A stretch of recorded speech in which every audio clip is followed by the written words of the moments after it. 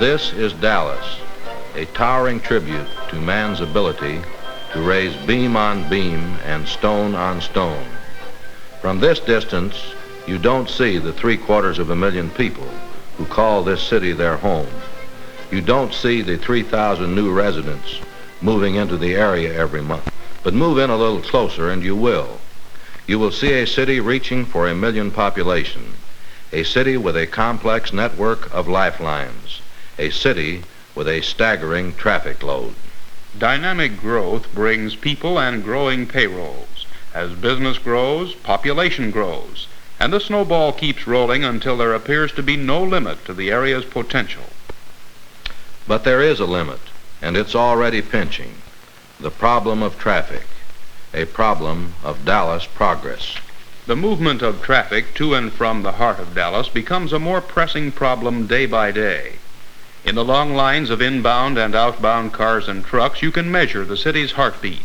More people need to get more places in a shorter span of time, and this movement must be accomplished with adequate safety. To bring this about requires planning and building, the crystal ball to visualize what the future needs will be, and then the follow-through to bring those plans to completion. It's not a simple problem involving only one man's decision. It requires the help of everyone, from the traffic officer on the corner of Main and Ackerd to the mayor in City Hall. And the need stretches out from the heart of the city to the county line in all directions. Traffic jams cost time and money. They blight a city driving business elsewhere. Because of its tremendous growth in the past 10 years, Dallas has an even greater and more pressing traffic problem than most cities of its size. Consider these changes in the past decade. In December of 1945, the county had 171,000 workers going to and from their jobs every day. The load was heavy in that day and age for the roads and highways we had then. Today, with more than 322,000 workers on the go in Dallas County, traffic jams are bigger, the delays longer. Again, the cost in time and money more than doubles. Take the downtown section, for instance. Our streets are no wider than they were 10 years ago. But in that period, 25 new office buildings have pushed up into the skyline. Office buildings jammed with people who head in for their jobs each morning and out in the afternoon. If it were possible to spread their movement over 24 hours, the problem would be simplified. As it is, the congestion all comes at once. Our many and new multiple-story parking garages have solved the problem of storage. They can handle the heavy flow of cars once these vehicles have gotten into the downtown area. But their very existence has created another problem, the traffic jams that pile up around their exits and entrances during the rush hours. They demand more and more traffic officers to keep the cars moving. In the past 10 years, automobile registration in Dallas County has climbed to almost 1/3 including nearly 40,000 commercial trucks and truck tractors. Trucks and tractors spend more time on streets than passenger cars and create their own special problems. But they are a necessary part of the city's commerce. Without them, business supplies and food deliveries would dry up in a few short hours. In the same 10-year period, 105,000 new homes have sprouted in the suburbs of the city and county. Again, the problem of greater distances to be traveled by more people. These facts and figures present a challenge to Dallas. They point to the question facing every big city. Can we solve our traffic problem? Fortunately, Dallas has been organized to meet its traffic problems for nearly 2 decades. The vision and foresight of Carl Rutland back in 1936 resulted in the formation of the Dallas Citizens Traffic Commission. In its first years, it was virtually a one-man crusade.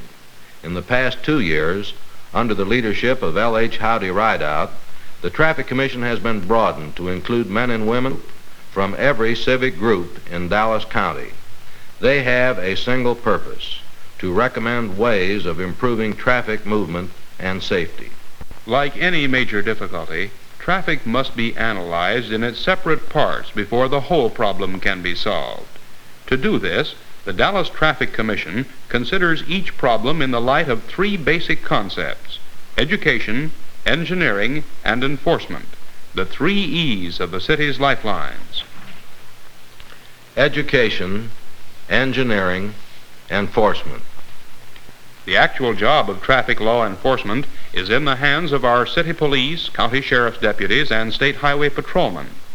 These officers have the monumental daily problem of keeping cars and trucks moving, a problem complicated by cotton bowl spectacles, the Christmas rush, and other events that bring in people from miles around. With these officers lies the responsibility of giving you and me traffic tickets when we violate driving or parking regulations.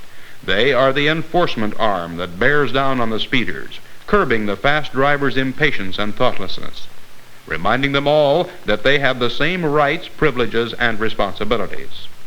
Their job is also to track down and arrest the drunk driver wherever they find him, often a dangerous job as the irresponsible drunk weaves his thoughtless way through traffic.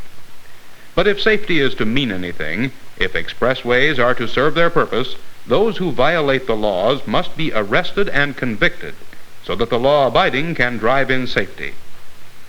The officers must also follow their cases through the courts. Without this effective follow-through, there would be no effective enforcement. Helping clear the log jams in the field of enforcement is the Internal Law Enforcement Committee of the Citizens Traffic Commission. This committee, working closely with various law enforcement agencies, sees to it that the guilty are punished and that citizens charged with minor violations are handled quickly and courteously. Every year in Dallas, thousands of students in our grade and high schools take a long step upward in their maturity. They assume the responsibility of driving the family car. It's not a responsibility that should be taken lightly, for in their trust is a 200 to 300 horsepower motor that easily turns into a weapon of death. Driver training in the schools must be supplemented with home training, constant reminders of the demand for courtesy and safety on our streets and highways. The juveniles who do not learn these lessons must be punished. And here again is a problem that the Traffic Commission has given much thought to.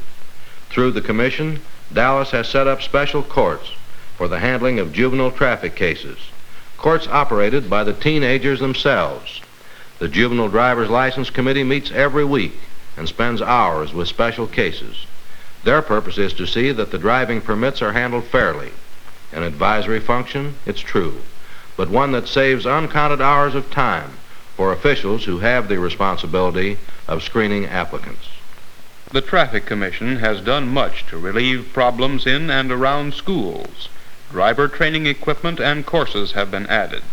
The third county-wide Youth for Safety Conference has just been held at Southern Methodist University under the guidance of the Commission. And the Dallas School Program has received first award for the past 2 years in the National Safety Council's annual safety contest. As more and more cars are added to the city street load, traffic around the individual schools becomes more of a problem. Young children are faced with a death-dealing prospect of dangerous crossings and heavy traffic. The manpower of the Dallas Police Department is not sufficient to provide full-time officers. Through the Citizens Traffic Commission and other groups, part-time officers have been recruited to handle traffic near schools. Well-loved men who are devoted to their charges and their duties. As the youngsters grow older and more responsible, they themselves take an active part in school patrols. And even the youngest child respects the red flag of the safety patrolman. This is not an accident. It's an outgrowth of education, spearheaded by the Traffic Commission. And Dallas, with one of the finest records in the nation for the safe conduct of children to and from school, owes much to the planning that produced this record. While construction moves ahead, Dallas must make the best of what it has at the moment. Enforcement of traffic laws, must continue at a high level. And here, too, a large force within the Traffic Commission does its part to see that the laws are obeyed. A secret group of more than 1,000 men, known as T-men, are constantly on the alert to spot the speeder who thinks he isn't being observed, the stop sign crasher who is sure no officers are around. Passed on to the police chief and the sheriff, these T-men reports are processed into letters from the lawmen and sent to the violators, reminders that violations breed accidents and arrests. In some cases, T-men reports have piled up on certain individuals, helping police spot and arrest habitual violators. Perhaps the most complicated group working within the Commission is the Engineering Committee. Over the years, this group has made careful studies and many recommendations to city and county traffic agencies. They've kept abreast of such problems as one-way streets, parking, traffic signals, eliminating hazards and bottlenecks. Many of their recommendations are in use today, aiding the flow of traffic at a faster pace, yet with greater safety.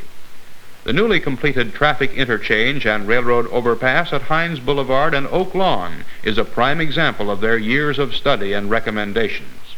The building of many private parking garages and lots grew out of the committee's call for the problem to be solved by private enterprise. Off-street parking in the downtown section is largely the result of the committee's planning. But here again, the recommendations on parking and one-way streets require another E of traffic regulation, the E for education. Every businessman wants the end result of more customers, but some are unwilling to accept a one-way street proposition or a no parking edict because of short-range or imagined penalties. Progress is stymied by these few. Yet even a schoolboy could figure out that downtown streets can't be used at the same time for both car storage and traffic movement as the load increases. Without alleys, our streets must bear the double burden of cars and trucks. The city can't survive as a major shopping center unless both have adequate access to places of business. Education moves on to every thoroughfare with our traffic safety signs. Whether or not the individual driver is conscious of every sign, their frequency around the city soon plants the thought in his mind. Signs like "Drunk drivers go to jail" serve not only as a warning, but also as reassurance to the safe and sane driver that the drunks are being taken off the roadways and lodged in the city or county jails. If one driver heeds the warning sign telling him to stay in his own lane, he could be preventing a fatal mishap. The accident-happy drivers may sneer at the signs as pointless cliches, but these careless ones write their own obituaries in the emergency room at Parkland Hospital. If these signs help educate, however indirectly, and help cut down the death, injury, and property loss figures, they have more than proved their worth. These things are being done now. But what of our city's future needs? Dallas needs fast action on a one-way street system for the entire downtown area. Within a month or so, the last of the Dallas Transit Company streetcars will have made its last run. The tracks, in many cases, the traffic safety islands, will no longer be needed. And for the first time, a one-way street system for downtown traffic will be feasible. More shoppers will be able to get into the downtown area, and essential traffic will be speeded up. At the same time, completion of the expressway loop around the central business district will route through traffic away from the downtown area. Where at all possible, traffic slowing jogs should be straightened out. Widening of essential arteries is a must, as well as resurfacing. On a long-term basis, we must have a master plan adopted by city officials and covering all phases of transportation and other municipal facilities. We must have certain persons or agencies directly responsible for preparing this plan, and it must be flexible enough to keep one step ahead of the city's development. Provisions must be made for revision so that the plan can best serve the needs of a fast-growing city. And all these long-range plans must be coordinated with capital expenditures so there is a guaranteed continuity along with economic operation. Land buying, zoning, and subdivision control must be tied in. all within the framework of city ordinances that are designed for Dallas growth. There are legislative needs that rank high on the list of essential items.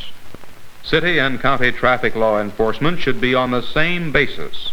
You can't enforce traffic laws where the penalty is multiplied 4 times outside the city limits for the same offense inside. Corporation court needs to be streamlined to become more effective. More men are needed on the police department staff. And constantly we must remember that traffic is the lifeblood of the city. Slow down the traffic and the heartbeat slows down. Stop it and the city dies. Dallas people must constantly be informed and aware of what the needs are.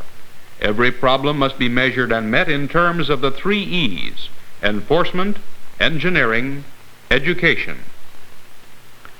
Dallas is a great city, and all the greater because each of us knows it is our city.